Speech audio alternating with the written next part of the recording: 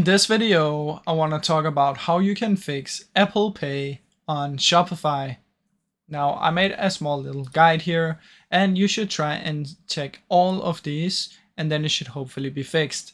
So first of all, make sure that you use Shopify payments. So this will be this one. I suggest using this. So make sure you complete this one up, and usually it will work just by having this. Now, second one is make sure that you have an SSL certificate. If you don't have this, you might not have the Apple Pay. Now, third, make sure that you actually have Apple Pay activated. So you can do this by going into your settings. So click on settings from the admin dashboard, head over to payments, and you will be able to activate it inside of here once you've set this up. Now, if you have done all these and it still doesn't work, you should make sure that the customer is using an Apple device with the Safari browser. Otherwise, Apple Pay might not work.